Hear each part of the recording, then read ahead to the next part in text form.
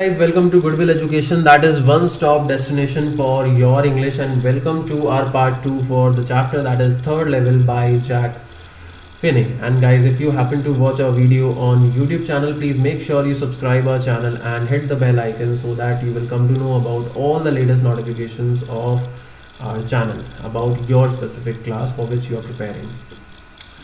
तो गाइज़, जो भी बच्चे गूगल मीट पे हैं या जो भी लोग बाद में यूट्यूब पे देखते हैं, तो मैं आप लोगों को बता दूं, पार्ट 1 हम ऑलरेडी कर चुके हैं। अगर आपने पार्ट 1 कर रखा है तो that is more beneficial for you.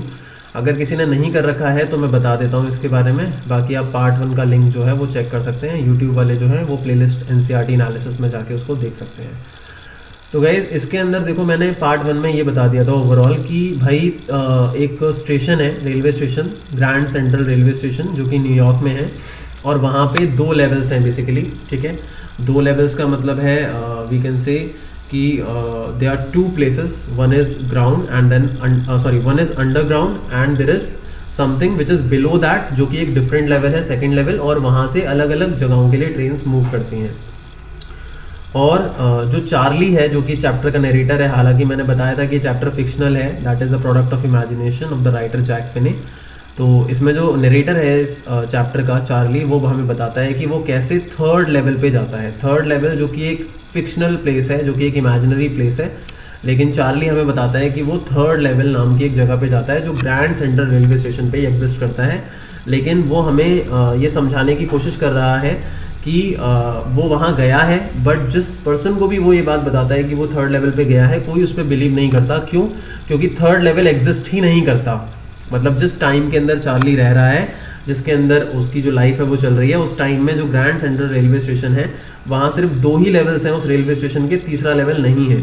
लेकिन चार्ली बताता है कि वो उस लेवल पे गया है, और जब वो इसके बारे में अपने फ्रेंड सैम को बताता है, तो वो भी उसे एक पर्सन बताता है जो कि स्ट्रेस को फेस कर रहा है, जो एंजाइटी को फेस कर रहा है, और शायद वो उस एंजाइटी, स्ट्रेस या फियर से एस्केप करने के लिए थर्ड लेवल की इमेजिनेशन को अपने माइंड में कर रहा है। ऐसा वो चार्ली के बारे में बोलता है, लेकिन चार्ली उसको प्रूव करने की कोशिश करता है कि नहीं, जो मैं बता रहा हूँ वो सच है। तो इसमें ओवरऑल हमने अभी तक ये जो पार्ट था इसमें किया था ये सब कुछ, तो उसमें हमने अभी तक यही सारी चीज़ें पढ़ी थी। ठीक है, इसमें ओवरऑल अगर मैं बताऊँ तो आपको इतना अभी पता होना चाहिए कि जो चार्ली है, एक दिन वो अपनी ऑफिस से जब लेट छूटता है और वो अपने घर जाना चाहता है जल्दी से जल्दी, तो वो डिसाइड करता है कि वो ग्रैंड सेंट्रल रेलवे स्टेशन का जो सबवे है, सबवे मतलब जो एक अंडरग्राउंड रास्ता होता है ट्रैवल करने का, वो उसके थ्रू जाएगा अपने घर। क्योंकि उसका ये मानना है कि बस से अगर वो जाता है तो उसके कंपैरिजन में सबवे से वो ज़्यादा जल्दी अपने घर पे पहुंच सकता है। तो ये एक रीज़न होता है कि वो ग्रैंड सेंट्रल रेलवे स्टेशन के सबवे से जाने का डिसाइड करता है। अब उसने ये जो लास्ट पैराग्राफ था उसके अंदर ये बताया था कि ग्रैंड सेंट्रल रेलवे स्टेशन एक ऐसा प्लेस है जहाँ पे कई सारे ऐसे सबवे हैं, कई सारे ऐसे कॉरिडोर्स हैं, कई सारे ऐसे रास्ते हैं जहाँ से हम न्यूयॉर्क के अलग अलग जगहों पे पहुँच सकते हैं। तो उसने यहाँ पे एग्जाम्पल्स दिए थे कि उसने बेसिकली अपना एक एक्सपीरियंस बताया था कि एक बार मैं एक टनल में एंटर करता हूँ और वहाँ से मैं कहाँ पहुँच गया था, रोजवेल्ट होटल पहुँच गया था। तो वो अपना बेसिकली एक एक्सपीरियंस बता रहा है कि एक बार मेरे साथ ऐसा हुआ था कि शायद मे बी वो ऑफिस जा रहा होगा या अपने घर जा रहा होगा, तो उसने एक टनल में एंट्री करी। टनल एक सुरंग होती है, ठीक है। तो जब वो वहाँ पे एंटर करता है उस ग्रैंड सेंट्रल रेलवे स्टेशन में, तो वहाँ से वो एक रोजवेल्ट नाम के होटल पहुँच जाता है, जो कि एक डिफरेंट प्लेस है। तो मतलब वहाँ से एक रास्ता रोजवेल्ट होटल भी जाता है। और इसके अलावा उसने बताया है कि एक बार और उसके साथ ऐसा हुआ था कि वो एक ऑफिस बिल्डिंग के अंदर पहुंच जाता है, ग्रैंड सेंट्रल रेलवे स्टेशन के सबवे से वो एक ऑफिस बिल्डिंग में पहुंच जाता है, जो कि 46 स्ट्रीट एक जगह है न्यूयॉर्क के अंदर, वहाँ पे है। और वो शायद उसकी जो ऑफिस बिल्डिंग है उससे 3 ब्लॉक्स की दूरी पे होती है, 3 ब्लॉक्स यहाँ पे डिस्टेंस है, ठीक है। अब यहाँ से हमारे को आज चैप्टर को आगे पढ़ना है, तो आई होप आप लोगों को जितने भी पॉइंट्स मैंने अभी तक बताए हैं वो सारे के सारे समझ में आ गए होंगे। अब हम आगे की तरफ बढ़ते हैं और सारे की सारी चीज़ों को अच्छे तरीके से करते हैं गाइस, ठीक है। और मेरा ये टारगेट है कि हम इसको पूरा का पूरा कंप्लीट कर लेंगे। तो आपको ध्यान से सारी की सारी चीज़ों को समझना है, और तभी आप लोगों को मेरे से पूछना है जब आपको लगता है कि आपको डाउट है किसी चीज़ के अंदर, ठीक है। आगे बढ़ते हैं। देखो, sometimes I think grand central is growing like a tree. मतलब जो चार्ली है वो ये कह रहा है कि कई बार मुझे ऐसा लगता है कि जो ग्रैंड सेंट्रल रेलवे स्टेशन है ना, वो बेसिकली क्या है, एक ट्री की तरह ग्रो कर रहा है। जैसे एक पेड़ है ना, जैसे एक पेड़ होता है जो ग्रो करता है, जिसकी कई सारी रूट्स होती हैं, अलग अलग डायरेक्शन में मूव कर रही होती हैं, जिसकी ब्रांचेस होती हैं अलग अलग डायरेक्शन में मूव कर रही होती हैं, रोज़ ग्रो हो रही होती हैं। तो ऐसा उसे लगता है ग्रैंड सेंट्रल रेलवे स्टेशन के बारे में। ऐसा उसे क्यों लगता है? क्योंकि उसे ऐसा लगता है कि जैसे मानो ग्रैंड सेंट्रल रेलवे स्टेशन में रोज नए कॉरिडोर्स बन जाते हैं, नए स्टेयर केसेस मतलब नई सीढ़ियाँ बन जाती हैं, जैसे मानो रूट्स जो है पेड़ की वो फैलती जाती हैं, वैसे जैसे मानो ग्रैंड सेंट्रल रेलवे स्टेशन भी फैलता जा रहा है, ऐसा कहता है वो। ठीक है, अब आगे देखो क्या लिखा है। There is probably a long tunnel that nobody knows about feeling its way under the city right now. वो कहता है कि जरूर इसके अंदर एक लॉन्ग टनल भी है जिसके बारे में शायद किसी को कुछ पता ना हो। बेसिकली वो यहाँ पे ना ये समझाने की कोशिश कर रहा है कि यहाँ बहुत सारे टनल्स हैं और उनमें से एक कोई लॉन्ग टनल भी हो सकता है जिसके बारे में आज तक किसी को पता ना चला हो। तो इन पर्टिकुलर लाइन से वो ये समझाने की सिर्फ कोशिश कर रहा है कि कई सारे ऐसे रास्ते हैं अभी भी ग्रैंड सेंट्रल रेलवे स्टेशन में जिनको किसी ने भी एक्सप्लोर नहीं किया होगा। ठीक है, अब यहाँ पे वो बेसिकली एक टनल के बारे में हमारे को बता रहा है और वो टनल जो है वो एक जगह पे जाता है जिस जगह का नाम है टाइम स्क्वायर। ठीक है, देखो यहाँ लिखा है ना कि there is probably a long tunnel that nobody knows about feeling its way under the city right now, जो कि basically Grand Central railway station से होके जाता है और कहाँ जाता है? On its way to Time Square. Time Square again एक जगह है न्यूयॉर्क के अंदर, वहां पे जाता है। And maybe another to Central Park, मतलब वो अलग अलग रास्तों के बारे में बता रहा है कि एक टनल है जो टाइम स्क्वायर नाम की जगह जाता है, दूसरा जो टनल है ग्रैंड सेंट्रल रेलवे स्टेशन का वो सेंट्रल पार्क जाता है। और आगे लिखा है and maybe because for so many people through the years Grand Central has been an exit. मतलब वो ये कह रहा है कि शायद ऐसा हो सकता है, जैसे उसके फ्रेंड सैम ने बोला है ना कि थर्ड लेवल उसके लिए एक मीडियम ऑफ एस्केप है, तो जो चार्ली है वो अपने वर्ड्स में कह रहा है कि हो सकता है कि कई सारे लोगों के लिए ग्रैंड सेंट्रल जो है वो एक एग्जिट है। एक एग्जिट है, किस चीज से एग्जिट है? अपनी प्रॉब्लम से एग्जिट है, वे ऑफ एस्केप। मतलब वो ये कहता है कि शायद हो सकता है कि कई सारे लोगों के लिए ग्रैंड सेंट्रल रेलवे स्टेशन एक एग्जिट होगा, अपनी प्रॉब्लम से एक एस्केप होगा, क्योंकि कई सारे लोग जो हैं वो इसके रास्तों के बारे में जब खो जाते हैं और सोचने लग जाते हैं तो अल्टीमेटली वो अपनी प्रॉब्लम्स को थोड़ी देर के लिए भूल जाते हैं। शायद ये एक रीज़न है, इसीलिए वो ग्रैंड सेंट्रल रेलवे स्टेशन को एक एग्जिट मानता है या एस्केप मानता है। ठीक है, कौन? चार्ली बता रहे हैं, हम यहाँ पे चार्ली की बात कर रहे हैं, नरेटर की। And may be that's how the tunnel I got into. अब वो अपने एक्सपीरियंस के बारे में बता रहे हैं कि मैं इसी तरीके से शायद एक टनल के अंदर घुस गया and but I never told my psychiatrist friend about that idea. मतलब उसका जो ये आइडिया है ना, कौन सा वाला आइडिया भाई? ये वाला आइडिया जो है लिखा है ना, maybe because of for so many people through the year Grand Central has been an exit. कि उसका जो ये वाला आइडिया है कि हाँ कुछ लोगों के लिए जो ग्रैंड सेंट्रल स्टेशन है वो एक एस्केप है, एक एग्जिट है प्रॉब्लम्स का। तो ये वाली जो बात है उसने अपने फ्रेंड सैम जो साइकेट्रिस्ट है उसको नहीं बताई है। उसने क्यों नहीं बताई अपने फ्रेंड साइकेट्रिस्ट फ्रेंड को? क्योंकि शायद अगर वो ये वाली बात बताता ना अपने फ्रेंड को तो शायद उसका फ्रेंड जो है वो पक्का मान ही जाता, भरोसा कर ही लेता है इस बात पे कि जो चार्ली है वो सच में इस थर्ड लेवल के जरिए एस्केप करने की कोशिश कर रहा है। किससे? अपनी लाइफ की रियलिटी से। क्योंकि अगर वो खुद ही मानता है कि कई सारे लोगों के लिए ग्रैंड सेंट्रल रेलवे स्टेशन एक एस्केप है, एक एग्जिट है प्रॉब्लम्स का, तो शायद उसके लिए भी है, तो उसका फ्रेंड पक्का हो जाता इस बात को लेके। तो आई होप गाइज आपको इतना जो पॉइंट है वो सही तरीके से समझ में आ गया होगा। अब हम आगे की तरफ बढ़ रहे हैं। ठीक है, आगे की तरफ चैप्टर करते हैं। आगे है दोस्तों, the corridor I was in began angling left. मतलब वो बताता है कॉरिडोर के बारे में। मैंने आपको लास्ट क्लास में कॉरिडोर ऑलरेडी बता दिया था। कॉरिडोर क्या होता है? Corridor is a long passage, एक लॉन्ग रास्ता होता है या कह सकते हैं, और जहाँ पे अलग अलग डोर्स होते हैं, अलग अलग प्लेसेस में एंटर करने के लिए डोर्स होते हैं। जैसे स्कूल के कॉरिडोर्स होते हैं ना, जहाँ पे रूम्स में एंटर करने के लिए डोर्स होते हैं। ठीक है, एक लंबा सा चौड़ा सा रास्ता। ठीक है, तो द कॉरिडोर आई वॉज इन, मतलब जिस कॉरिडोर में चार्ली ने एंट्री ली थी, अब वो अपना एक्सपीरियंस बता रहा है कि वो थर्ड लेवल पे कैसे पहुंचा है। ध्यान से समझना है इसको।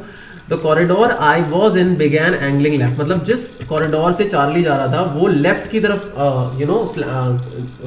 हो रहा था। एंगल लेफ्ट का मतलब तो आपको पता ही है क्या होता है। तो एंगलिंग लेफ्ट का मतलब है कि धीरे धीरे वो जो कॉरिडोर था वो लेफ्ट में जा रहा था, धीरे धीरे स्लोली ग्रेजुअली लेफ्ट की तरफ, आगे की तरफ मुड़ रहा था। एंड स्लैंटिंग, अब स्लैंटिंग का मतलब होता है दोस्तों नीचे का जो स्लोप होता है उसे स्लैंटिंग कहते हैं। ठीक है, और नीचे की तरफ स्लैंट हो रहा था, downward. And I thought that was wrong, मतलब चार्ली को कहीं ना कहीं लग रहा होगा कि यार ये गलत हो सकता है रास्ता शायद जहां मैं जा रहा हूं अभी। But I kept on walking, Charlie कहता है कि मुझे लग रहा था कि शायद ये रास्ता थोड़ा बहुत गलत हो सकता है, लेकिन मैं बेसिकली आगे बढ़ता रहा। चार्ली कहता है कि मैं आगे बढ़ता रहा। But I kept on walking, यही लिखा है, but I kept on walking. All I could hear was the empty sound of my own footsteps. वो कहता है कि उस टाइम पे हुआ क्या कि जितने भी मेरे को आवाज़ें सुनाई दे रही थी वो मेरे खुद के फुटस्टेप्स की थी, मेरे खुद के कदमों की आवाज़ें थी। And I didn't pass a soul, मतलब वहां पे उसको एक व्यक्ति भी दिखाई नहीं दिया, मतलब जिस रास्ते से चार्ली जा रहा था, जिस कॉरिडोर से चार्ली जा रहा था, वहां से कोई भी व्यक्ति दिखाई नहीं दे रहा था। मतलब अब देखो उसने अभी तक क्या बताया, देखो यहाँ पे पहले उसने 2 एक्सपीरियंसेस के बारे में बताया। एक तो उसने ये बताया कि कैसे ग्रैंड सेंट्रल स्टेशन के जरिए वो 2 अलग अलग जगहों पे पहुंच गया था, एक रोजवेल्ट होटल की लॉबी में पहुंच गया था और एक अपने ऑफिस बिल्डिंग से 3 ब्लॉक्स की दूरी पे एक ऑफिस बिल्डिंग में पहुंच गया था। फिर उसने ये भी बताया है यहाँ पे अगले पैराग्राफ में कि जो ग्रैंड सेंट्रल स्टेशन है वहाँ से कहाँ से अलग अलग रास्ते किधर किधर जाते हैं। और अब ये जो उससे अगला वाला पैराग्राफ है उसके अंदर वो अपने उस एक्सपीरियंस के बारे में बता रहा है जब वो बेसिकली कहाँ पहुँच गया था, 3rd लेवल पे पहुँच गया था। ठीक है, तो यहाँ तक आई होप आपको समझ में आ गया होगा। आगे बढ़ते हैं। Then I heard that sort of hollow roar ahead, मतलब इस क्या है इसका कि उसने ना एक हॉलो रोअर सुनी। हॉलो रोअर का मतलब समझो, देखो रोअर का मतलब तो आवाज है, यहाँ पे किसी तरीके की आवाज, हलचल, ठीक है। और हॉलो रोअर का मतलब होता है एक ऐसी, मतलब आवाज आ रही है किसी एक ऐसी जगह से जो बहुत ही ओपन सी जगह है, ये हॉलो रोअर है यहाँ पे। ठीक है, then I heard that sort of मतलब that kind of hollow roar ahead. Ahead मतलब आगे की तरफ उसे कुछ आवाजें सुनाई दे रही थी। दैट मीन्स ओपन स्पेस, मतलब उसे कोई ओपन स्पेस में लोगों की आवाजें सुनाई दे रही होंगी। एंड पीपल टॉकिंग, लोग बातें कर रहे हैं, जैसा मैंने बताया। The tunnel turn sharp left, मतलब जो टनल जिसके अंदर चार्ली, मतलब कॉरिडोर और टनल यहाँ पे 2 वर्ड्स यूज हुए हैं उस जगह के लिए जिससे वो जा रहा है, उस रास्ते के लिए। तो भाई टनल जो था जिससे वो आगे बढ़ रहा था, ठीक है, जिस कॉरिडोर से वो आगे बढ़ रहा था, उस कॉरिडोर में एकदम से एक शार्प लेफ्ट आता है। और जैसे ही वो लेफ्ट में जाता है, आगे क्या लिखा है, I went down a short flight of stairs, मतलब उसे कुछ सीढ़ियां मिलती हैं वहां पे और वो नीचे की तरफ जाता है। शॉर्ट फ्लाइट का मतलब एक शॉर्ट डिस्टेंस है। फ्लाइट मैंने आपको बताया था एक लेवल से दूसरे लेवल के बीच की जो सीढ़ियां होती हैं उसको कहा जाता है। तो एक शॉर्ट फ्लाइट ऑफ स्टेयर्स मतलब नीचे की तरफ जाता है वो। And came out on the 3rd level, और वो 3rd लेवल पे पहुंच जाता है। लेकिन मैं आपको बता दूं, जब वो उस जगह पे पहुंचा था तो उसे पहले ये नहीं लगा था कि वो जगह 3rd लेवल है, बल्कि उसे ये लगा था कि वो जगह 2nd लेवल है, क्योंकि उसे तो नहीं पता ना 3rd लेवल के बारे में। तो ऑब्वियसली उसे भी हमेशा से 2 लेवल्स के बारे में ही पता है, ग्रैंड सेंट्रल रेलवे स्टेशन के 1st और 2nd। तो जब वो 3rd लेवल पे पहुंचा तो उसे क्या लगा होगा कि भाई ये 2nd लेवल है, ठीक है, क्योंकि वो नीचे की तरफ था। अब आगे बढ़ते हैं। एट ग्रैंड सेंट्रल स्टेशन पे वो पहुंच जाता है। हाँ आगे बताइए जल्दी। देखो यहाँ पे ये बताया गया है डियर कि जब चार्ली जो था वो आगे की तरफ बढ़ रहा था और उसे खाली अपने फुटस्टेप्स की आवाज़ सुनाई दे रही थी और कोई भी पर्सन साथ में उसके नहीं चल रहा था। तो आगे जब वो 3rd लेवल के काफ़ी क्लोज होता है ना, 3rd लेवल का जो डोर था उसके जब वो काफ़ी ज़्यादा क्लोज होता है तो उस टाइम पे वो कहता है कि आई heard that sort of hollow row or. इसका मतलब कि कोई एक ऐसी आवाज उसे सुनाई दे रही थी जो एक हॉलो रोअर है। अब हॉलो रोअर का मतलब है basically row or it mean sound, और हॉलो मतलब एक ऐसा साउंड जो खाली जगह से आ रहा है। खाली जगह मतलब बेसिकली होता क्या है कि जब भी हम बात करते हैं साउंड की, तो आपने देखा होगा कि जब हम एक खाली कमरे में बैठे हुए हैं और कुछ बोल रहे हैं तो उसमें एक तरीके का एको आता है ना, तो साउंड भी जो होता है वो डिफरेंट तरीके का है। जब बहुत खाली स्पेस है और वहां पे चंद लोग होंगे जो बातें कर रहे होंगे, तो उस तरीके का जो साउंड है उसको यहाँ पे हॉलो रोअर बोला गया है, ठीक है। तो उसे एक हॉलो रोअर वहां पे सुनाई दे रहा था। आई होप आपको समझ में आ गया होगा, ठीक है। आगे बढ़ते हैं अब हम अहेड। अब ये लिखा है दैट मीन्स ओपन स्पेस, मतलब कि भाई वो जो ओपन स्पेस है वहां पे जो लोग बातें कर रहे हैं उसकी आवाज सुनाई देती है। और आगे क्या लिखा है, द टर्न शार्प लेफ्ट, मतलब जिस टनल में वो आगे बढ़ रहा था उसमें वो लेफ्ट की तरफ जाता है, मतलब शार्प लेफ्ट होता है काफी। पहले तो मैंने आपको बताया था कि वो स्लाइटली लेफ्ट हो रहा था धीरे धीरे और नीचे की तरफ स्लोप था, लेकिन अब एक शार्प लेफ्ट आता है, ठीक है। और मैंने आगे बताया था अभी आपको कि I went down a short flight of stairs, मतलब वहां पे उसे कुछ सीढ़ियां मिलती हैं, और शॉर्ट फ्लाइट मतलब वो जो डिस्टेंस ट्रैवल कर रहा है वो स्टेयर से, उसको शॉर्ट फ्लाइट बोला गया है, ठीक है। And came out on the 3rd level, और मैंने आपको बताया कि उसे पहले ये अंदाजा नहीं हुआ था कि वो 3rd लेवल पे पहुंच गया है, बल्कि उसे ये लगा था कि वो 2nd लेवल पे पहुंच गया है, ठीक है। आगे बढ़ते हैं। मैंने अभी ज्यादा नहीं करा है, थोड़ा ही करा है, डोंट वरी। आप इतने पार्ट तक जो है रिकॉर्डेड वर्जन में देख लेना, उससे आगे समझना है, ठीक है। आगे बढ़ते हैं। For just a moment I thought I was back on the 2nd level. देखो वही चीज लिखी हुई है कि पहले उसे लगा कि मैं शायद 2nd लेवल पे पहुंच गया हूं, लेकिन वो बेसिकली 2nd लेवल पे नहीं पहुंचा था। वो कहां पे पहुंच गया था, वो 3rd लेवल पे पहुंच गया था। आई होप आपको यहां तक गाइस समझ में आ गया होगा। आगे की तरफ बढ़ते हैं। But I saw the room was smaller. अब देखो होता क्या है, जो 3rd लेवल था जहां पे वो पहुंच गया है, चार्ली जो है जिस 3rd लेवल पे पहुंच गया है, वो कहता है कि I saw the room was smaller, मतलब जहां जो वहां पे रूम था, बेसिकली जिस जगह पे वो पहुंच गया है वहां पे जो रूम था, कोई मे बी रूम होगा वहां पे, ठीक है, वो स्मॉलर। अब देखो यहाँ पे रूम जो है दोस्तों, ये स्पेस की भी बात हो सकती है। ये रूम जो है वो स्पेस की बात हो सकती है, जो स्पेस होता है ना, जो एरिया होता है। हाँ बोलिए। बिल्कुल, मैंने देखो शुरुआत में ही इस चैप्टर के बता दिया था कि ये चैप्टर एक फिक्शनल चैप्टर है और थर्ड लेवल रियलिटी में एग्जिस्ट नहीं करता है। ये जो राइटर है वो हमें फिक्शनल बेसिस पे ही बता रहा है, तो ऑब्वियसली चार्ली भी थर्ड लेवल को इमेजिन ही कर रहा है, ये रियलिस्टिक नहीं है उसके लिए। लेकिन हम जो यहाँ पे पढ़ रहे हैं वो उसी एस्पेक्ट से पढ़ रहे हैं जिस एस्पेक्ट से चार्ली हमारे को बता रहा है, ठीक है। ओके, तो जो चार्ली है वो कहता है कि वहां पे जो स्पेस था वो कहीं ना कहीं बहुत कम था and there were fewer ticket windows, और वहां पे जो टिकट विंडोज थी, ऑब्वियसली एक रेलवे स्टेशन का लेवल है तो वहां पे जो रेलवे ट्रेन्स की टिकट्स हैं उसकी जो विंडोज थी वो बहुत ही ज़्यादा कम थी। There were fewer ticket windows. आगे बढ़ते हैं गाइस।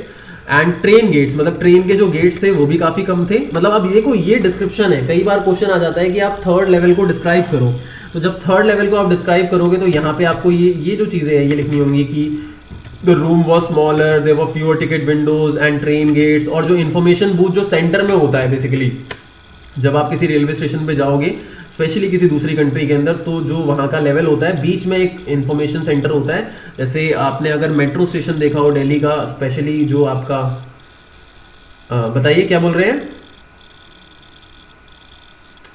अभी हमारा जो चैप्टर चल रहा है दोस्त वो थर्ड लेवल चल रहा है एंड मेक श्योर आप पार्ट 1 को जरूर देख लो, तभी आपको पार्ट 2 समझ आएगा। आप इसको फिर से रिकॉर्डेड वर्जन में देख सकते हैं, ठीक है। आगे बढ़ते हैं। ओके, तो जब आप मेट्रो स्टेशन पे जाओगे राजीव चौक के, तो बहुत ही बड़ा स्टेशन है और दोनों तरफ वहाँ पे मेट्रोज के लेन्स बने हुए हैं और बीच में बेसिकली वहाँ तो नहीं है लेकिन इसी तरीके से बीच में क्या होता है, एक इन्फॉर्मेशन बूथ होता है बहुत बड़ा सेंटर के अंदर, तो उसी को यहाँ पे बताया गया है, ठीक है। ऐसा ही वहाँ ग्रैंड सेंट्रल रेलवे स्टेशन पे है। तो room was smaller, there were fewer ticket windows, train gate, और इन्फॉर्मेशन बूथ जो सेंटर में था वो वुड का बना हुआ था, लकड़ी का बना हुआ था, जो कि पुराने समय में एग्जिस्ट किया करता था। लेकिन चार्ली जो है वो जिस समय में है उस समय में इस तरीके का कुछ ग्रैंड सेंटर स्टेशन के किसी भी लेवल पे नहीं था, ना तो लेवल 1 पे ना लेवल 2 पे। तो वो ये सोच रहा था कि यार ये जो प्लेस है ये कौन सी प्लेस है। एंड ओल्ड लुकिंग, मतलब जो इन्फॉर्मेशन बूथ था वो उसे काफी ज्यादा पुराना लग रहा था। आगे क्या लिखा है, and the man in the booth वोर अ ग्रीन आई शेड। अब देखो यहाँ पे जो बंदा जो उस बूथ में बैठा हुआ था, इन्फॉर्मेशन बूथ में जहाँ इन्फॉर्मेशन दी जाती है या जो टिकट सेल की जाती है, ठीक है, वहां पे जो बंदा बैठा हुआ था उसने ग्रीन आई शेड पहना हुआ था। अब ग्रीन आई शेड का मतलब यहाँ ग्रीन चश्मा नहीं है। आई शेड क्या होता है, जैसे होता है ना 15 अगस्त के दिन हम बेसिकली ऊपर की तरफ एक काइंड ऑफ शेड होती है, एक टोपी होती है जो हम पहनते हैं, जिसकी एक लॉन्ग शेड होती है आगे की तरफ जो हमें धूप से बचाती है स्पेशली, ठीक है। स्पेशली स्पोर्ट्स पर्सन पहनते हैं, मैंने देखा है कई बार आईपीएल के अंदर भी। So and the man in the booth वोर अ ग्रीन आई शेड। अब उसने ग्रीन आई शेड क्यों पहना हुआ था मैं आपको बता देता हूँ इसके बारे में, कि वहाँ पे बेसिकली क्या होता है, अभी आगे वो डिस्क्रिप्शन आएगा कि वहाँ पे फ्लिकरिंग लाइट होती है। फ्लिकरिंग लाइट का मतलब होता है कांस्टेंट लाइट नहीं होती वहाँ पे उस टाइम पे जो लाइट्स होती हैं वो लैम्प काइंड ऑफ लाइट होती है, ठीक है, जो कि एक बॉक्स होता है और उसके अंदर जो आग है वो जल रही होती है। तो वो कुछ उस तरीके की लाइट होती है जो कि फ्लिकरिंग होती है, कांस्टेंट नहीं होती। तो ऑब्वियसली जब एक पर्सन टिकट काट रहा होता है, पंच कर रहा होता है, तो वहां पे जो उसका फोकस है वो किसी भी एक चीज पे होता है। तो because of that flickering light उसकी जो आईज है, आई साइट है वो वीक हो जाती है या उस पर काफी ज्यादा इफेक्ट पड़ता है। इसीलिए वो लोग क्या करते थे पहले के टाइम पे, एक ग्रीन कलर का आई शेड होता था वो पहना करते थे। तो उसी के बारे में बताया गया है कि भाई जो बूथ था वहां पे एक बंदे ने ग्रीन आई शेड पहन रखा था जो आंखों के ऊपर की तरफ कवर करके पहनते हैं। आप इसे सर्च कर सकते हो गूगल पे बाद में। And long black sleeve protectors. अब लॉन्ग ब्लैक स्लीव प्रोटेक्टर्स क्या होता है, बेसिकली पहले के टाइम पे क्या होता था, यहाँ पे 1800s की बात हो रही है, यहाँ पे स्पेशली 1890s की बात हो रही है, 1890 से 1900 के बीच की यहाँ पे बात कर रहे हैं हम, ठीक है। 1890 से 1900 के बीच की हम बात कर रहे हैं। उस टाइम पे जो लॉन्ग ब्लैक स्लीव्स लोग पहना करते थे, जिस तरीके का फैशन हुआ करता था, स्लीव तो आपको पता ही होगा, जो बाजू होती है ब्लैक कलर की स्लीव हुआ करती थी। और प्रोटेक्टर्स यहाँ पे जो बोला गया है वो एक तरीके का बैंड हुआ करता था जो वो स्लीव पे पहना करते थे, तो उसको बोला गया है लॉन्ग ब्लैक स्लीव प्रोटेक्टर। तो कुछ इस तरीके का उसने पहना हुआ था उस पर्सन ने जो बूथ में था। And the lights were dim, और वहां पे जो लाइट्स थी वो डिम थी and sort of flickering. Flickering का मतलब भाई ऑब्वियसली कांस्टेंट वहां पे नहीं होंगी लाइट्स। अब आगे देखो क्या लिखा है, then I saw why they were open flame gas light. तो वहां पे ओपन फ्लेम गैस लाइट्स थी। तो जैसे गैस लाइट्स होती हैं, जैसे आपने लैम्प की लाइट्स देखी होंगी, ठीक है, जिस तरीके से लैम्प, यहाँ पे इलेक्ट्रिक लैम्प की बात नहीं हो रही है, यहाँ पे गैस लाइट्स की बात हो रही है, ठीक है, जो कि फ्लेम लाइट्स होती हैं और जो कांस्टेंट नहीं होती हैं। Again you can search these words, तो आपको इनका एक विजुअल मिल जाएगा जिससे आपको ज्यादा क्लियर हो जाएगा बाद में, तो आप इनको सर्च कर सकते हो, ठीक है। Open flame gas lights. आगे की तरफ बढ़ते हैं दोस्तों। आगे देखो क्या दिया है, देयर वर ब्रास स्पेटून्स। अब यहाँ पे स्पेटोन्स क्या है? स्पेटोन्स दोस्तों पीक दान को कहा जाता है। जैसे अगर हम यहाँ पे यूएस की बात करें तो यूएस में भी जो एक टाइम था उसके अंदर लोग जो थे वो काफ़ी ज़्यादा स्पिट किया करते थे, थूक को जो स्पिट करते थे। क्यों? क्योंकि वो क्या खाते थे? टोबैको खाते थे। बेसिकली क्या खाते थे? टोबैको। टोबैको मतलब तम्बाकू। तो स्पेशली क्या होता था, कहीं पे भी जैसे इंडिया में हमने देखा होगा कोई भी कहीं कोने में जाके थूक देता है, तो ऐसा नहीं करते थे वो लोग क्या करते थे, उनके यहाँ पे स्पेटून्स हुआ करते थे। स्पेटून्स मतलब पीक दान कहते हैं जिसमें थूका जाता है। तो ब्रास यहाँ ऑब्वियसली एक ठीक है मेटल है, तो भाई ब्रास के स्पेटून्स हुआ करते थे जो फ्लोर पे रखे होते थे, तो वो वहां पे अभी डिस्क्राइब किया गया है उसके बारे में। And across the station a glint of light caught my eye. मतलब कि अक्रॉस द स्टेशन का मतलब है कि ओवरऑल जो स्टेशन है, जो उसके सामने पूरा उसे व्यू स्टेशन का दिखाई दे रहा है, वहां पे अ ग्लिंट ऑफ लाइट देखो क्या है, मैं बता देता हूं। जब पूरा का पूरा एक सामने का जो व्यू है वो पूरा डार्क होता है और उसमें एक एक पतली सी बारीक सी जो रोशनी है जब नजर आती है, जैसे आप स्पेशली अगर जाओ रोड पे जा रहे हो और पूरा अंधेरा है और उस पॉइंट ऑफ टाइम पे आपने देखा होगा आपके अपोजिट डायरेक्शन से अगर कोई गाड़ी आ रही है और उसकी लाइट जल रही है, तो आपको जिस तरीके से वो लाइट दिखाई देती है that is called glint of light. कि पूरे डार्कनेस के अंदर आपको एक पतली सी लाइट दिखाई देती है आते हुए, फिर आपको फील होता है कि एक गाड़ी आ रही है अपोजिट डायरेक्शन से, है ना। तो that is what we call glint of light. मतलब पूरे अंधेरे में एक आंखों को हिंदी में तो हम कह सकते हैं कि हमारी आंखें चौंधा जाए, ऐसा करके कुछ होता है हिंदी के अंदर। But again I will say कि a kind of narrow light जो कि उसकी आंखों में पड़ती है, जो शायद किसी बेसिकली एक पॉकेट वॉच होती है उससे आ रही होती है, वहां पे लाइट रिफ्लेक्ट करके आ रही होती है। देखो अभी आगे आएगा, मैं बता देता हूँ। देखो and across the station a glint of light, ठीक है, एक ग्लिंट ऑफ लाइट होती है। अगेन मैंने क्या लिख रखा है यहाँ, एकदम से आने वाली लाइट, ठीक है, ओके।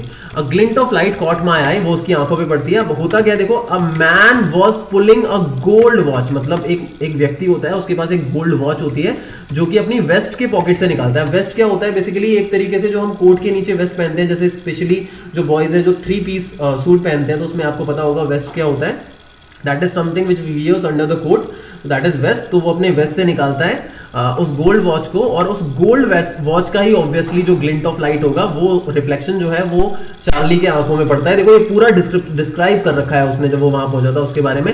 अब आगे क्या लिखा है, ही स्नैप्ड ओपन द कवर। अब यहाँ पे क्या लिखा हुआ है, ही मतलब वो पर्सन जो है जिसको उसने देखा है, ही स्नैप्ड ओपन, ठीक है।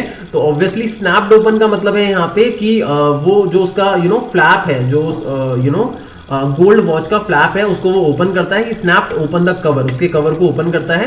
एंड ग्लैंस का मतलब होता है एक झलक देखना, किसी भी चीज को ग्लैंस करना, एक झलक देखना। तो वो पर्सन जो है जिसने उस वॉच को निकाला था, गोल्ड वॉच को, वो उसको देखता है उस वॉच को। एंड फ्रोन का मतलब होता है गुस्से की नजर से देखना। बेसिकली हो सकता है शायद वो परेशान होगा या वरिड होगा, तो मे बी शायद वो लेट हो रहा होगा, तो इस वजह से उसने उस तरीके से देखा होगा। And he wore a डेबे hat. अब यहाँ डेबाई हैट क्या होती है मैं आपको बता दूं, आपने देखा होगा जैसे चार्ली चैपलिन, अगर किसी ने चार्ली चैपलिन के बारे में सुना है तो वो एक हैट पहना करते थे जो ऊपर की तरफ से ऊंची हुआ करती थी और सर्कुलर होती थी, उसको हम डेबे हैट कहते हैं। Again you can search that on Google, okay. He wore a derby hat, black 4 button suit, ठीक है, विद टाइनी लेपल्स। अब यहाँ लेपल्स क्या होते हैं, जैसे आपने देखा होगा जब आप कोट पहनते हो तो कोट के जो कॉलर्स होते हैं वो बेसिकली जो लेपल्स, स्पेशली जो ब्लेजर्स होते हैं, वो साइड में मुड़े हुए होते हैं, ठीक है। जहाँ पे आपने देखा होगा कॉलर का बटन होता है, वहां से वो मुड़े हुए होते हैं, दोनों साइड मुड़े हुए होते हैं ना, उसको हम लेपल्स कहते हैं। तो उस टाइम पे जो लेपल्स हुआ करते थे कोट के, वो बहुत ही छोटे होते थे, टाइनी हुआ करते थे, लेकिन आज के टाइम पे वो थोड़े बड़े होते हैं। लेकिन स्पेशली उस टाइम के फैशन की बात की जा रही है कि उसने एक डबाई हैट पहनी हुई थी और एक ब्लैक 4 बटन सूट पहना हुआ था जिसमें टाइनी लेपल्स थे, छोटे थे, जो स्पेशली 1890s के टाइम पे हुआ करते थे। And he had a big black handlebar moustache. भाई हैंडल बार मुस्टच क्या होती है, जैसे आपने देखा हो अगर तो मैं आप कैसे डिस्क्राइब करूं, ये एक फैशन है मुस्टिच का। उस टाइम पे जो मुस्टिच हुआ करती थी उसका एक फैशन है, मेरे को याद नहीं आ रहा एक कौन सी मूवी थी, उसके अंदर there was a person that was having that kind of moustache. यहाँ मूंछों की बात हो रही है। हैंडल बार मुस्टिच क्या होती है, पहले एक सीधी लाइन मान लो आप, फिर नीचे की तरफ मूंछेदारी होती है दोनों तरफ से, that is handlebar moustache, ठीक है। You can search that as well. मतलब यहाँ पे फैशन को डिस्क्राइब किया जा रहा है उस टाइम के, कि उस पर्सन की एक हैंडल बार मुस्टिच थी, मूछे थी। Then I looked around and saw that everyone in the station was dressed like 1890 something. मतलब कि हर एक बंदे ने जो ड्रेस अप कर रखा था वो 1890s के टाइम था. ये पूरा का पूरा उसने डिस्क्राइब कर रखा है चार्ली ने. बताइए.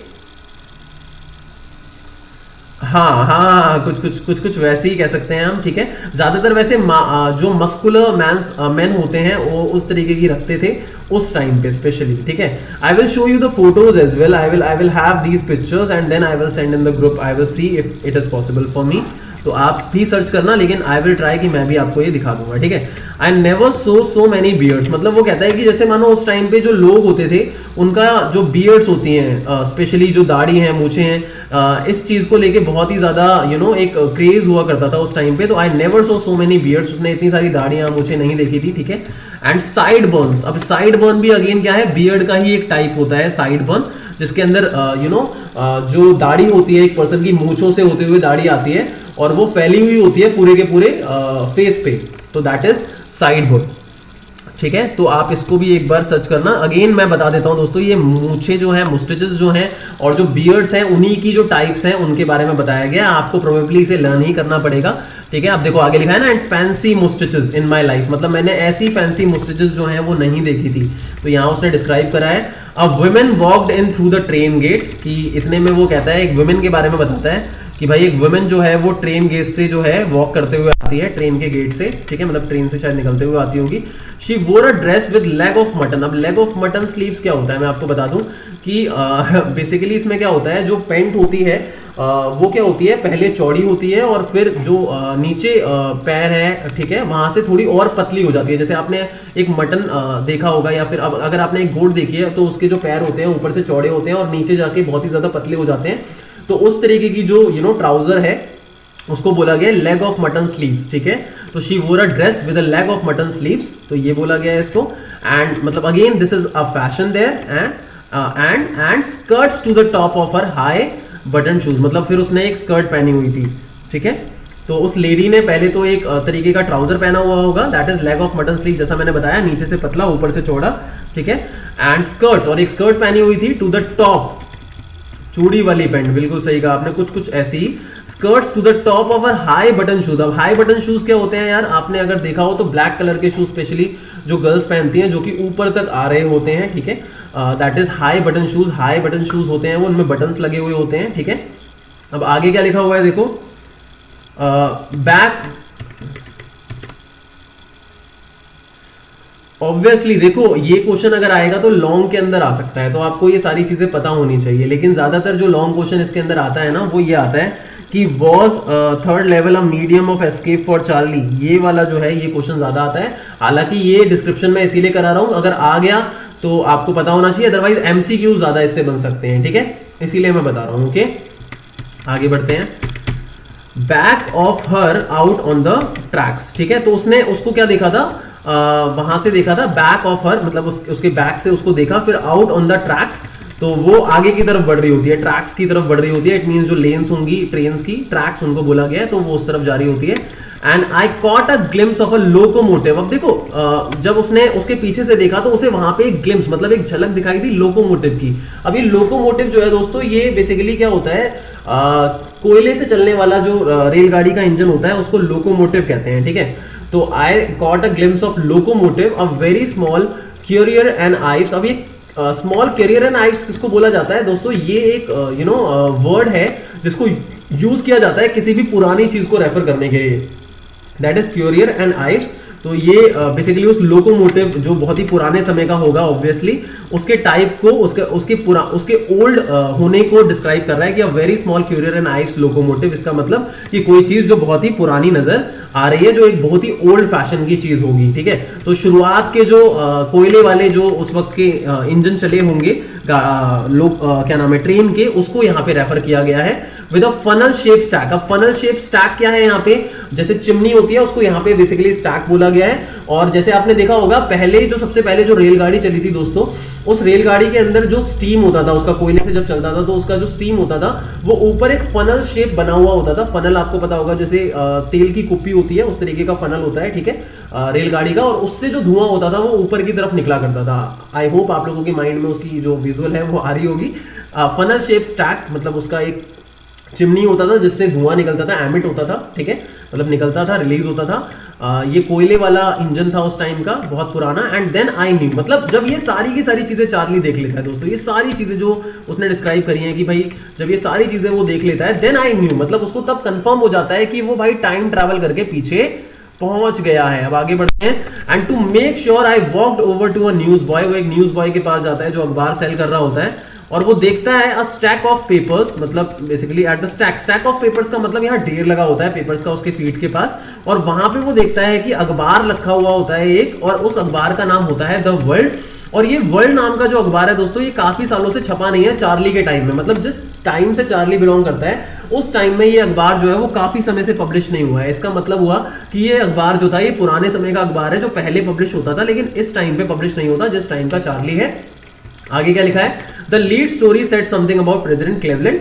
ये प्रेसिडेंट क्लेवलैंड उस टाइम के प्रेसिडेंट होंगे, ठीक है, तो उसे श्योर हो जाता है कि भाई जो स्टोरी होती है अखबार के आगे की वो प्रेसिडेंट के बारे में होती है जो उस टाइम के प्रेसिडेंट थे। And I have found that front page since in the public library files. अब देखो इसके बारे में उसने बोला है कि भाई ये जो फ्रंट पेज है ना, जो इस पे न्यूज छपी हुई है, ये जो चार्ली है उसने पब्लिक लाइब्रेरी में कभी वो गया होगा, अपने टाइम में पब्लिक लाइब्रेरी में गया होगा, वहां की किसी फाइल में उसको इस फ्रंट पेज की जो खबर थी उसके बारे में इसने पढ़ा था। तो इसका मतलब कि वो टाइम में पीछे आ गया है, क्योंकि इसने अपने समय की लाइब्रेरी के अंदर इस खबर के बारे में पढ़ा था जो इस अखबार में छपी हुई है, जो पास्ट की खबर है। एंड इट वाज प्रिंटेड जून 11 1894। और अब तो उसे पूरा यकीन ही हो जाता है जब वो अखबार पे देखता है डेट क्या लिखी हुई है, डेट लिखी होती है 11 जून 1894, 11 जून 1894। ये डेट आप याद रखना, ये बहुत ज्यादा इंपॉर्टेंट है आप लोगों के लिए।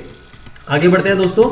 I turn toward the ticket Windows, मतलब वो टिकट विंडो की तरफ बढ़ता है, ठीक है, knowing that here on the third level at Grand Central I could buy tickets. अब उसे समझ में आ जाता है भाई वो थर्ड लेवल पे आ गया है, जो पास्ट टाइम पे एग्जिस्ट करता था लेकिन चार्ली के टाइम पे एग्जिस्ट नहीं करता, और किसी तरीके से पता नहीं किसी कॉरिडोर से निकलते हुए वो टाइम ट्रैवल करके यहाँ पे पहुंच गया है, और यहां से वो टिकट्स खरीद सकता है जो उसको चार्ली को और लुइजा मतलब उसकी जो वाइफ है उसको यूनाइटेड स्टेट्स में, मतलब यूएस में कहीं पे भी ले जाने के लिए इनफ होगी जहां पे भी वो जाना चाहते हैं। तो ये बहुत ही ठीक है, एक बहुत ही ज्यादा कंसिडर करने वाली बात है कि उस टाइम पे भी यूनाइटेड स्टेट्स में जो ट्रेन थी वो लगभग हर एक जगह पॉसिबली जा सकती थी। यहाँ पे देखा लिखा हुआ है, तो ये चीज आपको पता होनी चाहिए कि इन द ईयर 1894 के अंदर I wanted 2 tickets to Galesburg, Illinois US में है, और वहां पे एक सिटी है गिल्सबर्ग। तो चार्ली जो है जब उसे कंफर्म हो जाता है कि वो थर्ड लेवल जो कि पास्ट में वहां पहुंच गया है, तो उस पास्ट के टाइम के अंदर 1894 में वो 2 टिकट्स चाहता था गिल्सबर्ग जाने के लिए, इलिनॉइस के अंदर जो है, और वो अपनी वाइफ लुइजा के साथ उस जगह पे जाना चाहता था, ठीक है। तो वो 2 टिकट चाहता था भाई। अब वो क्यों चाहता था गिल्सबर्ग जाना, क्यों चाहता था वो, क्योंकि वो इस जगह पे अपने ग्रैंडफादर से उसने इस जगह के बारे में बहुत ज्यादा सुना है, और वो इस जगह पे कहीं ना कहीं एक फैंटेसी रखता है कि काश वो जा पाए, क्योंकि ये जगह जो है एक बहुत ही ज्यादा सुकूनमय जगह है जहां पे उसे काफी ज्यादा पीस मिल सकता है। तो अब यहाँ पे चार्ली हमें बता रहा है कि have you ever been there, कि क्या तुम कभी वहां पे गए हो, ये हम रीडर से पूछ रहा है। It is a wonderful town still, की आज भी ये वंडरफुल टाउन है, मतलब चार्ली के समय के अंदर भी ये एक वंडरफुल टाउन है। लेकिन यहाँ पे अभी वो उस समय की बात कर रहा है कि एक टाउन हुआ करता था with big old frame houses. अब ओल्ड फ्रेम हाउसेस कैसे होते हैं दोस्तों, एक कैटेगरी होती है हाउसेस की जो कि वुड के बने हुए होते हैं, और ओल्ड फ्रेम होते हैं। इनका जो इंफ्रास्ट्रक्चर होता है, जो इसका स्ट्रक्चर हुआ करता था, वो ओल्ड फ्रेम्स हुआ करते थे, मतलब जैसे पहले के जमाने में होते थे। जैसे आपने देखा हो अगर, तो जो घर होते थे वो ए, जैसे हम ए लिखते हैं ना बीच में, अगर हम लाइन ना खींचे तो जैसे हम ए लिखते हैं उस तरीके का आकार होता था फ्रंट का, जहां से एक चिमनी, जहां से एक प्लेस होता था, ठीक है, एक विंडो हुआ करता था। और ऐसा ही हम घर हमेशा ड्राइंग के एग्जाम्स के अंदर बनाया करते थे, अगर आपको पता हो, जिसको स्पेशली ड्राइंग नहीं आती है। ओके, आगे बढ़ते हैं। विद ओल्ड फ्रेम हाउसेस, तो ऐसे हाउसेस होते थे उस टाइम पे, ह्यूज लॉन्स, बड़े बड़े लॉन्स, मतलब गार्डन एरिया होता है, वहां वो हुआ करते थे। मतलब वो अब गिल्सबर्ग को डिस्क्राइब कर रहा है। अगेन गिल्सबर्ग को डिस्क्राइब करने के लिए आ सकता है शॉर्ट क्वेश्चन कि वहां ओल्ड फ्रेम हाउसेस होते थे, ह्यूज लॉन्स हुआ करते थे, ट्रेमेंडस ट्रीज, मतलब बड़े बड़े पेड़ होते थे, और इतने बड़े बड़े पेड़ होते थे कि उनकी जो ब्रांचेस होती हैं, उनकी जो ब्रांचेस, मतलब आप समझ ही गए होंगे, ठीक है, उनकी जो ब्रांचेस हैं वो रूफ को ढक देती है। मतलब फॉर एग्जांपल अगर गली है तो गली के इस साइड लेफ्ट साइड में भी पेड़ है, राइट साइड में भी पेड़ है, और उनकी ब्रांचेस इतनी बड़ी बड़ी हैं पेड़ों की, और पेड़ भी इतने बड़े बड़े हैं कि पूरी स्ट्रीट जो है उनकी ब्रांचेस से कवर हो जाती है। Meet overhead and roof the streets, मतलब स्ट्रीट जैसे मानो रूफ हो जाती है उसकी, जो ब्रांचेस हैं पूरी स्ट्रीट ढक जाती है पेड़ों से। एंड 1894 में जो समर इवनिंग्स हुआ करती थी वो बहुत ट्वाइस एज लॉन्ग, बहुत बड़ी हुआ करती थी। ऐसा इसलिए बोला जाता है क्योंकि उस टाइम पे लोग ज्यादा कुछ ऐसा करते नहीं थे। And people set out on their lawns में, लोग बैठते थे वहां पे, जो मैंने बताया गार्डन एरिया। और जो लोग मैन होते थे स्पेशली वो सिगार स्मोक करते थे और आपस में बातें करते थे। और जो विमेन होती थी, वेविंग का मतलब होता है हिलाना, पाम लीव्स, पाम एक ट्री होता है, उसके जो लीव्स होते हैं वो थोड़े बड़े होते हैं, तो palm leaf fans, obviously fans को बोला गया जिसको वो मूव करती थी। उस टाइम पे इलेक्ट्रिसिटी नहीं हुआ करती होगी शायद। With the fire flies all around, fire flies again एक टाइप है गाइस फ्लाई की, एक मक्खी की, जो कि जिसके अंदर एक ग्लो होता है एक तरीके का, इसीलिए इसे फायर फ्लाई कहा जाता है। इसमें एक तरीके की रोशनी रात को नजर आती है, इसीलिए इसको फायर फ्लाइज कहा जाता है। बिल्कुल जुगनू टाइप, बिल्कुल बिल्कुल जुगनू टाइप, सही कहा आपने। इन अ पीसफुल वर्ल्ड, ठीक है। अब उसने गेल्सबर्ग को पीसफुल बोला है। हाँ बोलिए। बिल्कुल गेल्सबर्ग का डिस्क्रिप्शन हो रहा है यहाँ पे। अब वो बता रहा है कि भाई जब मैं थर्ड लेवल पे आ ही गया हूं तो मैं गेल्सबर्ग के लिए टिकट ले लेता हूं पुराने समय के अंदर, ताकि लुइजा के साथ मैं वहां जा सकूं, क्योंकि उसकी फैंटेसी है कि वो पुराने समय में गेल्सबर्ग जा सके। इसका रीजन ये है क्योंकि गेल्सबर्ग उसे एक बहुत ही ज्यादा अमेजिंग जगह लगती है, और क्यों लगती है वो इसने यहाँ पे डिस्क्राइब कर रखा है। समझ में आया? चलिए आगे बढ़ते हैं। आगे लिखा है to be back there with First World War still 20 years off, मतलब वो ये कह रहा है कि गेल्सबर्ग में मैं एक ऐसे समय में जा पाऊंगा जहां पे जो फर्स्ट वर्ल्ड वॉर होने वाला है वो अभी 20 इयर्स बाद होगा। मतलब वो कह रहा है कि यार मैं एक ऐसे समय में पहुंच गया हूं जहां से मैं गेल्सबर्ग में एक ऐसे टाइम में जा पा रहा हूं जहां पे अभी फर्स्ट वर्ल्ड वॉर हुआ ही नहीं है, 20 साल बाद होगा। इसका मतलब 1894 में वो पहुंच गया है, तो 20 साल बाद मतलब फर्स्ट वर्ल्ड वॉर कब होगा? 1914 के अंदर हुआ होगा शायद फर्स्ट वर्ल्ड वॉर। क्या किसी को श्योर है 1914 में हुआ है या इसके पास आसपास हुआ है? And world war 2 over 40 years in future, मतलब कि 20 साल बाद फर्स्ट वर्ल्ड वॉर होगा और 40 साल बाद सेकेंड वर्ल्ड वॉर होगा। मतलब वो एक ऐसे टाइम में जा पाएगा जहां पे कोई वॉर का टेंशन नहीं है, कोई दिक्कत नहीं है, आराम से वो अपनी जिंदगी जी पाएगा, है ना। मतलब वो एक ऐसे समय में पहुंच जाएगा जहां पे उसकी लाइफ जो होगी वो बहुत ही ज्यादा पीसफुल हो सकती है। And I wanted 2 tickets for that, और वहां के लिए वो कितनी टिकट्स चाहता था? बेसिकली 2 टिकट्स चाहता था, ठीक है यार। यहाँ पे मैंने सोचा तो ये था कि मैं इसको पूरा, चलो हो जाएगा, देखते हैं, ट्राई करते हैं। गाइस किसी की क्लास तो नहीं है अभी? कोई पर्सन जिसकी क्लास है अभी 5 बजे?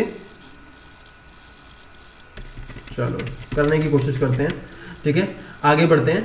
अदरवाइज अगर किसी की होगी तो वो रिकॉर्डेड पोर्शन देख लेना एक बार, क्योंकि इसे खत्म करा ही देते हैं हम। और जो लोग भी यूट्यूब पे देख रहे होंगे guys, make sure you subscribe our channel and hit the bell icon for the latest videos guys. आगे बढ़ते हैं। The clerk figured the fare, मतलब जो क्लर्क है, क्लर्क मतलब जो टिकट बेच रहा है वो बंदा, उसको क्लर्क बोला गया है, जो उसे दे रहा है टिकट, ठीक है।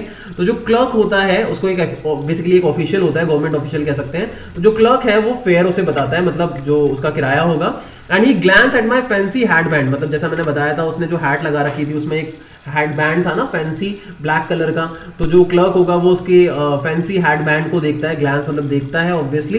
And he figured the fair बताता है, उसको किराया बताता है। And I had enough for 2 coach tickets, मतलब उसके पास 2 कोच टिकट्स के पैसे ऑब्वियसली होंगे चार्ली के पास। बोलिए ऑब्वियसली यूएसए का जो उस टाइम का थर्ड लेवल का स्टेशन का जो टिकट है, ठीक है ट्रेन का, उसकी यहाँ पे बात हो रही है। लेकिन यहाँ पे एक प्रॉब्लम चार्ली को फेस करनी पड़ती है कि उसके पास जो पैसे होते हैं वो उसकी मॉडर्न करेंसी होती है उसके टाइम की, और वहां की जो करेंसी होती है वो पुरानी करेंसी होती है। ओके, 1 वे मतलब इतना प्राइस जितना भी होगा 2 कोच टिकट्स का, ठीक है उसके पास होगा obviously 1 way. But when I counted, मतलब वो ये कह रहा है कि 1 वे का तो उसके पास होगा ही होगा, बाद में हो जाएगा जैसा भी है वो बाद में देख लेगा पैसे जो है।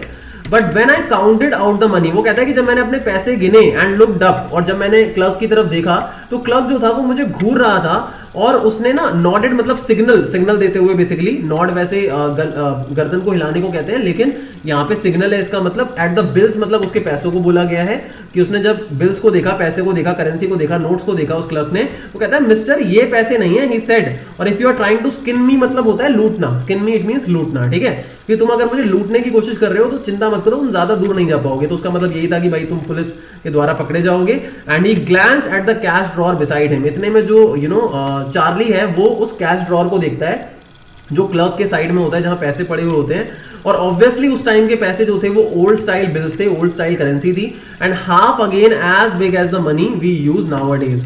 और ऑब्वियसली जो जितनी बड़ी करेंसी का नोट होगा उसके पास अभी, उससे बहुत ही छोटी करेंसी जो होगी वो उस टाइम पे चलती होगी। तो ऑब्वियसली उसकी जो करेंसी है वो वहां नहीं चलने वाली। देखो अगेन बता देता हूं, half again as big as the money we use nowadays का मतलब जितने बड़े बड़े नोट अब उनके पास होते हैं, यहाँ पे साइज की बात भी की जा सकती है या फिर अमाउंट की बात भी की जा सकती है, ठीक है। उससे बहुत छोटे नोट होंगे, इट मीन्स अमाउंट में भी बहुत छोटे होंगे और हो सकता है साइज में बहुत छोटे हों। एंड डिफरेंट लुकिंग, और ऑब्वियसली बहुत ही डिफरेंट होगी उस टाइम की। I turn away and got out fast, मतलब इतने में जो चार्ली है वो वहां से टर्न अवे, मतलब वहां से दूर हो जाता है और वहां से भाग के निकल जाता है, क्योंकि there is nothing nice about jail even in 1894। मतलब आज के समय भी कोई जेल नहीं जाना चाहता और उस समय में भी कोई जेल नहीं जाना चाहता, क्योंकि ऑब्वियसली जेल जाना उस समय भी ज्यादा अच्छी बात नहीं है। And that was that I left the same way I came. वो उसी जगह से वापस चला जाता है जहां से वो आया था। और नेक्स्ट डे लंच आवर के अंदर जो चार्ली अपने ऑफिस के लंच आवर के अंदर $300 अपनी बैंक से निकालता है, और इतने ही पैसे उसके पास थे और वो ओल्ड स्टाइल करेंसी खरीदता है। दोस्तों ओल्ड स्टाइल करेंसी का मतलब है यहाँ पे पुराने जो नोट थे वो खरीदता है नई करेंसी से। That really worried my psychiatrist friend. और उसका जो साइकेट्रिस्ट फ्रेंड था जिसको उसने बताया था सैम को, ठीक है, वो कहीं ना कहीं वरिड होता है इस चीज को लेके कि मतलब जो चार्ली है वो अपने थर्ड लेवल की इस दुनिया में इतना ज्यादा इन्वॉल्व हो गया है इस इमेजिनरी वर्ल्ड में कि उसने अपने जो मॉडर्न करेंसी है उसको लॉस पे खरीद लिया। मतलब मॉडर्न करेंसी को देके लॉस पे उसने ओल्ड करेंसी ली, प्रीमियम पे। प्रीमियम मतलब ऑब्वियसली जब पुरानी करेंसी आप लोगे नई करेंसी को देके तो आपको कुछ पैसे जो हैं वो चुकाने पड़ेंगे उसके लिए, तो वो उसी की बात कर रहा है। You can by old money at almost any coin dealer, मतलब किसी भी कॉइन स्टोर पे, कॉइन डीलर पे आपको ओल्ड पैसे मिल जाएंगे, बट यू हैव टू पे अ प्रीमियम, मतलब आपको एक अमाउंट पे करना पड़ेगा। तो वो कहता है कि मेरे $300 के अंदर मुझे लगभग लेस देन $200, मतलब कि भाई $200 से भी कम अमाउंट मिला, तो $100 तो उसके खर्च हो ही गए। बट आई डिडंट केयर, क्योंकि एक्स वो 13 सेंट, मैं आपको बता दूं $1 में 100 सेंट्स होते हैं। तो वो कह रहा है कि एक दर्जन जो अंडे हुआ करते थे वो भी 13 सेंट्स के होते थे उस टाइम पे 1894 में। तो इतना सस्ता था सब कुछ कि मेरे लिए अगर $200 से भी कम मुझे मिल जाएंगी ओल्ड स्टाइल करेंसी तो वो भी मेरे लिए बहुत ज्यादा इनफ है। But I have never again found the corridor that leads to the third level at Grand Central station. उसे अगेन वो प्लेस नहीं मिली, although I have tried often enough. उसने बहुत ज्यादा कोशिश की लेकिन उसे वो प्लेस वापस नहीं मिली है। मतलब जिस जगह से वो आया था और लौट के वहीं से वो वापस अपने टाइम के अंदर आ गया था, लेकिन अगेन अब उसे जब वापस उस जगह पे जाना था और उस कॉरिडोर को उसे ढूंढना था जहां से वो थर्ड लेवल पे पहुंचा था, गाइज उसे वो जगह वहां पे नहीं मिल पाती है। ठीक है गाइज, मैं तो ये सोच रहा था कि मैं इसे पार्ट 2 के अंदर कंप्लीट कर लूंगा और पूरा का पूरा, बट मेरे हिसाब से अगर मैं ज़्यादा तेज़ भगाऊंगा तो चीज़ें सही से समझ नहीं आ पाएंगी। और ये लेटर बहुत ज़्यादा इंपॉर्टेंट है मेरे लिए समझाना, तभी आपको ज़्यादा अच्छे से ये चैप्टर एंड में समझ आ पाएगा। तो इसीलिए मैं सोच रहा हूँ कि इसे मैं पार्ट 3 के लिए अब टाल दूँ। पार्ट 3 हम इसका कर लेंगे, लेकिन पार्ट 3 में ज़्यादा टाइम हमें नहीं लगेगा, ठीक है, बहुत ही कम टाइम में हम कर लेंगे। और थोड़ा सा क्वेश्चंस भी इसके उसी क्लास के अंदर हम डिस्कस कर लेंगे। हमारे पास ऑब्वियसली टाइम बचेगा तो हम क्वेश्चंस भी इसके डिस्कस कर लेंगे, जो जो इंपॉर्टेंट क्वेश्चंस इसके आ सकते हैं चैप्टर के। ठीक है, तो गाइज जो भी लोग YouTube पे इस वीडियो को देख रहे हैं, मैं आप लोगों को सजेस्ट करना चाहूंगा कि आप लोग हमारा पेड कोर्स जो है उसे परचेज जरूर करें। हमारे नए नए बैचेस बन रहे हैं हर एक हफ्ते के अंदर, और इस कोर्स के जरिए आप लोगों का बहुत ज्यादा बेनिफिट हो सकता है। तो please make sure to WhatsApp me on my WhatsApp number, that is there available on screen. Even description box में भी आपको मेरा नंबर मिल जाएगा, तो आप जल्दी से जल्दी मुझे कॉन्टैक्ट करें। चैनल को सब्सक्राइब तो जरूर कर ही दें, और जब भी कोई नई वीडियो आती है तो उसे लाइक और शेयर जरूर करना है, ताकि ज्यादा से ज्यादा स्टूडेंट्स जो है वो गुडविल एजुकेशन से कनेक्ट हो पाए और गुडविल एजुकेशन जो है वो आगे बढ़ पाए। और इसके लिए आप लोगों का सपोर्ट बहुत ज्यादा जरूरी है। तो thank you so much guys for watching this video. Keep watching goodwill education, that is one stop destination for your English.